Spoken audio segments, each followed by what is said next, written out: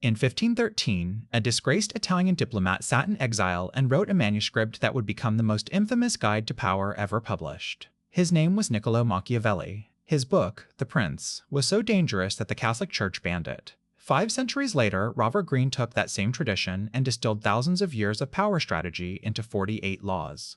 The book has been banned in multiple US prisons. It is required reading at the CIA. And it sits on the shelves of Fortune 500 executives, military strategists, and anyone who understands that power is not given, it is taken. These are the 7 most dangerous laws. Not the most popular, not the most quoted, the most ruthless. Never reveal the purpose behind your actions. If people cannot figure out what you are doing, they cannot prepare a defense against it. In the 1940s, the Allied forces faced an impossible problem. They needed to invade Nazi-occupied Europe, but any landing point they chose would be met with overwhelming German resistance. So they did not conceal the invasion, they concealed where it would happen. Operation Fortitude was the most elaborate deception in military history. The Allies created an entire fake army, inflatable tanks, dummy aircraft, fabricated radio traffic, all pointing to an invasion at Pas de Calais. When D-Day came at Normandy, the German High Command hesitated to send reinforcements because they still believed the real attack was coming elsewhere. That hesitation cost them the war. The psychology behind this law runs deep.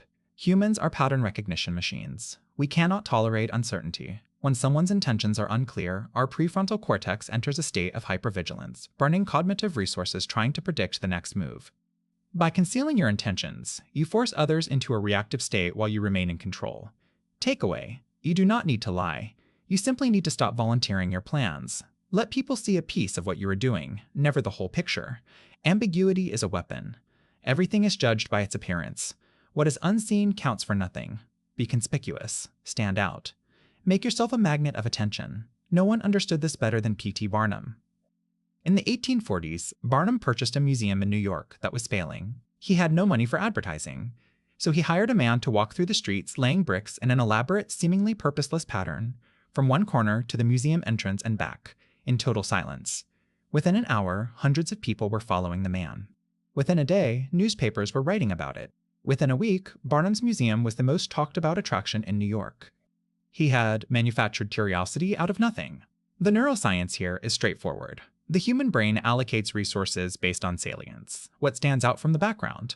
The reticular activating system filters the millions of stimuli you encounter daily and highlights what is novel, unexpected, or emotionally charged. Barnum did not compete for attention. He hijacked the brain's filtering system entirely. Takeaway: invisibility is death in any competitive environment.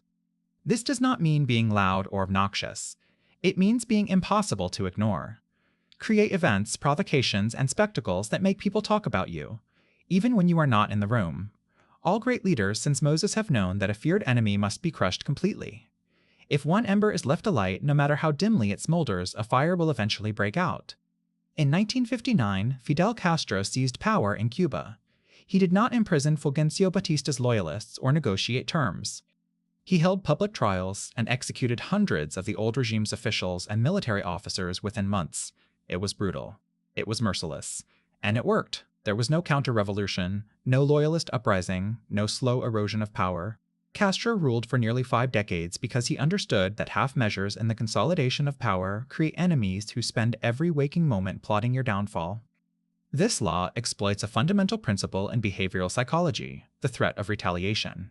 Research on game theory and the prisoner's dilemma shows that opponents who are partially defeated but left with resources will almost always seek revenge. It is not rational, it is primal. A wounded rival is more dangerous than a current enemy because they combine resentment with nothing left to lose. Takeaway: in competitive situations, do not negotiate from a position of strength and then leave your opponent with enough resources to come back. When you commit to a course of action, see it through completely. Mercy is a luxury of those who face no future consequences. Humans are creatures of habit with an insatiable need to familiarize themselves with the actions of others. If you are predictable, you give them a sense of control. Turn the tables. Be deliberately unpredictable. Richard Nixon built his entire foreign policy doctrine around this principle. He called it the madman theory. Nixon deliberately cultivated the impression that he was unstable, irrational, and capable of anything, including nuclear strikes. He had Henry Kissinger tell Soviet diplomats that Nixon was out of control and that no one could predict what he might do. The Soviets, unable to model Nixon's behavior, became more cautious and more willing to negotiate. Unpredictability became a strategic asset that influenced the outcome of the Vietnam War negotiations and the broader Cold War. The psychological mechanism is rooted in the brain's intolerance for uncertainty. Neuroscientist Archie DeBurker and colleagues published a 2016 study in Nature Communications demonstrating that uncertainty about a negative outcome produces more stress than the certainty of that outcome. People would rather know they will receive an electric shock than face a 50% chance of one. Unpredictability weaponizes this anxiety. Takeaway: you do not need to be erratic, you need to be unreadable. Occasionally break your own patterns, change your routines without explanation. When people cannot predict you, they cannot control you. People have an overwhelming desire to believe in something. Offer them a cause, a new faith, a grand vision. Keep your words vague but full of promise. Emphasize enthusiasm over clarity. Give your followers rituals to perform. In the early 2000s, Steve Jobs did not sell technology, he sold belief. Apple product launches were not presentations, they were ceremonies. The black turtleneck, the dramatic pauses, the one more thing. Jobs created a closed ecosystem with its own language, its own aesthetic, its own values. Apple users did not just buy products, they joined a tribe. A 2011 BBC documentary used MRI brain scans to demonstrate that Apple products activated the same brain regions in devoted fans as religious imagery activates in people of faith. This law leverages the human need for meaning. What psychologist Viktor Frankl called the primary motivational force in human beings. When people feel lost, directionless, or disconnected, they are psychologically primed to follow anyone who offers certainty and belonging. Social identity theory, developed by Henri Tachvel, shows that people derive self-esteem from group membership. Give them a group worthy of belief, and they will defend it as fiercely as they defend themselves. Takeaway: influence at scale is never built on logic alone. It is built on identity. If you want people to follow you, give them something to belong to, a mission, a shared enemy, a set of values that makes them feel chosen. The moment someone's identity becomes entangled with your vision, their loyalty becomes reflexive. Everyone has a weakness, a gap in the castle wall. It is usually an insecurity, an uncontrollable emotion, or a secret need. Once found, it is leverage you can use to your advantage. J. Edgar Hoover ran the FBI for 48 years, under 8 presidents. No president dared fire him. Why? Because Hoover made it his life's work to discover the private vulnerabilities of every powerful person in Washington. He compiled secret files on presidents, senators, civil rights leaders, and celebrities. He knew about affairs, financial improprieties, and personal shames that would destroy careers if exposed. He never needed to use most of what he collected. The mere knowledge that he possessed it was enough. Power without ever pulling the trigger. This law is grounded in the psychology of leverage and loss aversion. Daniel Kahneman's prospect theory demonstrates that people fear losses approximately twice as much as they value equivalent gains. A person's thumbscrew, their hidden vulnerability, represents a potential loss so threatening that they will comply with almost anything to prevent its exposure. This is not about cruelty, it is about understanding that every person has a pressure point, and those who find it first hold the advantage. Takeaway: observe people carefully. Watch what they avoid talking about. Notice what topics make them shift uncomfortably. You do not need to exploit this knowledge, but understanding what drives people, their fears, their insecurities, their deepest needs, gives you a map of human behavior that most people never bother to read. By taking a shape, by having a visible plan, you open yourself to attack. Instead, keep yourself adaptable and on the move. Accept the fact that nothing is certain and no law is fixed. The final law is the most philosophical, and arguably the most powerful. Bruce Lee famously distilled it into 5 words that became a cultural touchstone.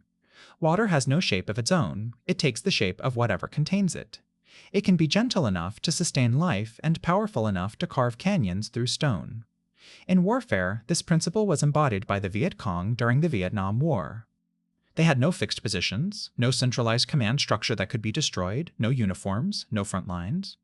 The most technologically advanced military in human history spent over a decade fighting an enemy it could not pin down. The Viet Cong adapted to every American strategy because they were committed to no fixed form. When America escalated, they dispersed. When America withdrew from an area, they filled the vacuum. Formlessness defeated force.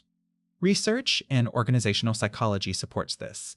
A 2019 study in the Academy of Management journal found that organizations with rigid hierarchies and fixed strategies were significantly more likely to fail during periods of disruption than those with adaptive, decentralized structures.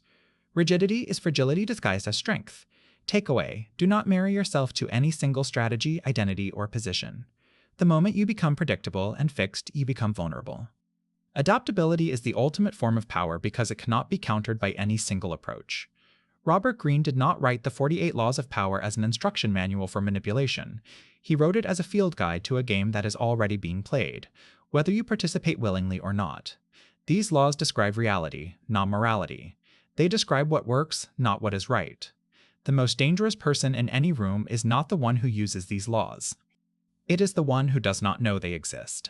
Because that person is being moved like a piece on someone else's board and calling it free will. You were not shown these laws to become ruthless. You were shown them so that ruthlessness can never again be invisible to you. Knowledge does not corrupt, ignorance does.